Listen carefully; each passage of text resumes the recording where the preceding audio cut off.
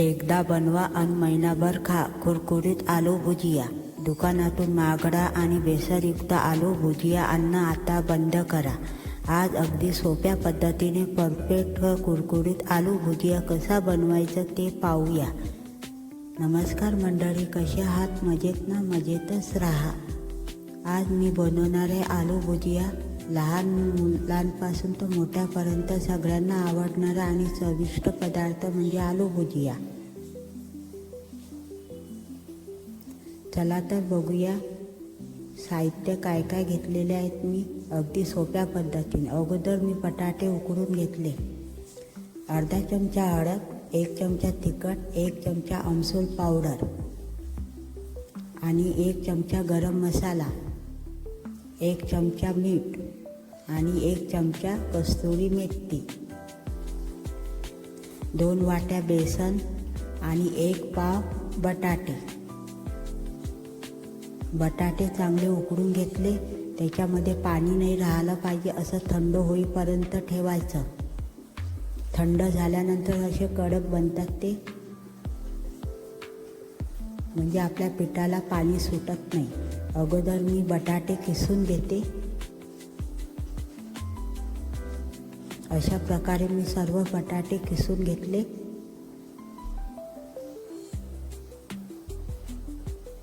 आता त्याच्यामध्ये आपण सर्व मसाले टाकूया।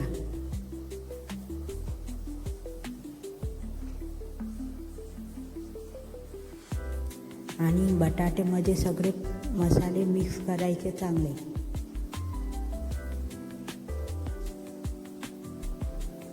आणि त्याच्यामध्ये जेवढं बेसन लागेल तेवढं टाकायचं। मी 2 वाट्या घेतलेलं आहे, पण जेवढं लागते तेवढं टाकते। जास्त कडक पण नाही झालं पाहिजे आणि जास्त बारीक पातळ पण नाही झालं पाहिजे।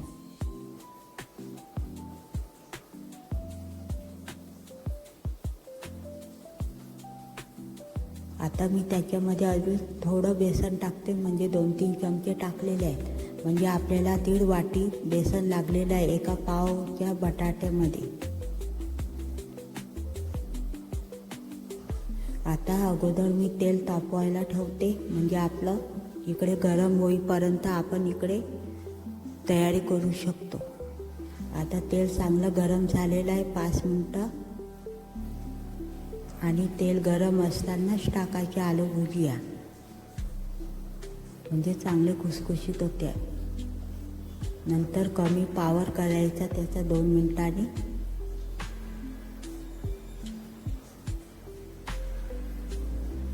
आता मी आलू भुजिया करते।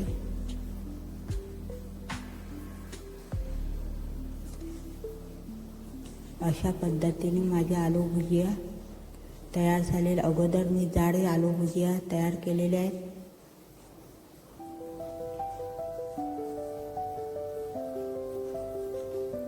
अशी बुडबुडी होईपर्यंत गॅस मोठा ठेवायचा, नंतर कमी केला तरी चालेल।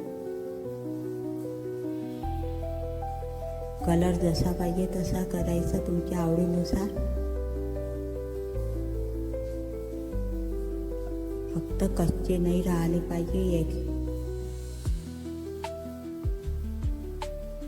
आता कमी पावर मस्त खुसखुशीत झालेले शेव। आता बारीक शेव टाकते, म्हणजे आलू भुजिया मार्केट टाईप। आता हे बारीक झालेले आहेत आपले आलू भुजिया। अशा प्रकारे मी आलू भुजिया सर्व करून घेतलेले आहे। हे झाले आपले आलू भुजिया तयार, जाड आणि बारीक। कसे वाटले नक्की सांगा। अगदी साध्या सोप्या पद्धतीने तयार केलेले आहेत। चला भेटूया नेक्स्ट व्हिडिओमध्ये।